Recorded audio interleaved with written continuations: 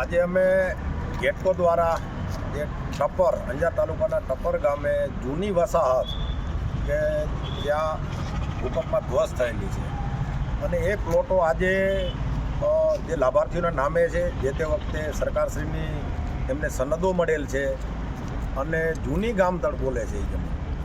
ત્યાં કોઈ પણ જાતનો એક પણ પંચાયતને જાણ કર્યા વગર કે કોઈ જાતનો લેટર દીધા વગર કે લેઆઉટ પ્લાન દીધા વગર આગળથી એ લોકો પોલ દ્વારા આવે છે અને જ્યાં વસાહત છે ત્યાં એ અંડરગ્રાઉન્ડ 66 કેવીની આવી ભારેખમ લાઈન આ વસાહતમાંથી પસાર કરવા માંગે છે, જેથી કરીને ગામ લોકો સરપંચશ્રી દ્વારા પંચાયતની બોડી દ્વારા ગેટકોશ્રીના જવાબદાર અધિકારીઓને પ્રોટેક્શન લઈ દુધઈ પોલીસ સ્ટેશનના જે કર્મચારીઓ પ્રોટેક્શનમાં આવેલા હતા આ બધાઓને એવી રજૂઆત કરેલી કે આવનારો સમય છે એ અમારા આવનારી પેઢી માટે આ જ વસાહતમાં સમય પસાર કરવાનો છે. આવી જીવલેણ ભયંકર અને ભારેખમ લાઇટને અહીંયાથી કાઢવામાં ના આવે. આનાથી તમે રેસિડેન્સી સિવાય ગમે ત્યાં અન્ય વિકલ્પ ગોતો અને એ વિકલ્પ માત્ર 20-25 મીટરના આડાગાળામાં અત્યારે ઉપલબ્ધ છે.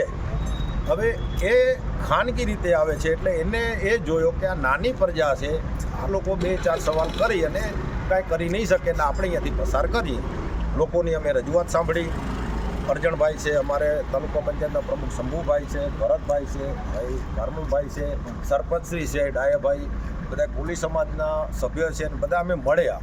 ખરેખર આમાં તો આમાં દલિત સમાજ છે ને મુસ્લિમ સમાજ ને આ કોલી સમાજ ત્રણેય સમાજની વસાહતને ખરેખર આ ડેમેજ કરે છે. આ ત્રણેયની આવનારી સમયની પેઢી અહીં જ વસવાટ કરવાની છે, અન્ય એ લોકો કಡೆ પણ કોઈ વિકલ્પ નથી. તો એના માટે કોઈ એને નક્કર કોઈ ખાતરી કોઈ એવો જવાબ નથી આપ્યો કે અમારે કોઈની મંજૂરી લેવાની હોતી નથી.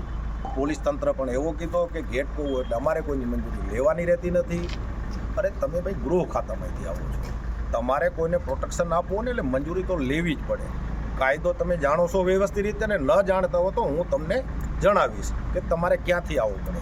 હમણાં કિસાન સંઘનો જે આંદોલન હતો હાલ 4 દી પહેલાંનો, કલેક્ટરશ્રી દ્વારા એવો પણ કહેવામાં આવ્યો છે કે આજથી કોઈ પણ પોલ અથવા ગેસ પાઇપલાઇન જ્યાં સુધી જે તે પંચાયતને ગ્રામજનોને અસરગ્રસ્ત વ્યક્તિઓને વિશ્વાસમાં લીધા વગર ક્યારે પોલીસ પ્રોટેક્શન આજથી નહીં મળે એવી ખાતરી આપી છે ને એવી સૂચના એસપીશ્રીને પણ કરવામાં આવી છે કલેક્ટરશ્રી દ્વારા.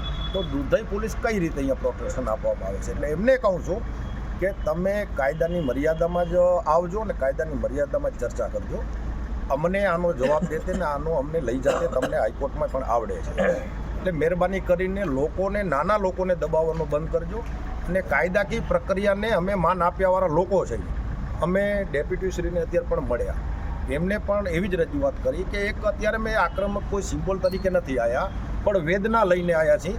આ વેદનાનો આપશ્રી દ્વારા ભલે 10 દી આનો નિરાકરણ આવે અમને સ્વીકાર્ય છે. અમારે સંઘર્ષમાં નથી ઉતરવો, ક્યારે ઉતરવા માંગતા નથી, એ ઈરાદાથી આવ્યા નથી.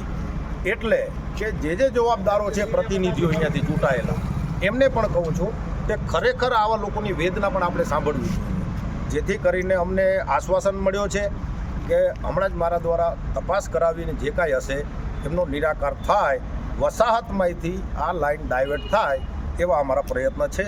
તેમ છતાંય નિરાકરણ નહીં આવે તો કાયદાકીય પ્રક્રિયા અને ગાંધી ચિંધ્યા માર્ગે અમારી જવાની પૂરેપૂરી તૈયારી છે. ભારત માતા કી જય.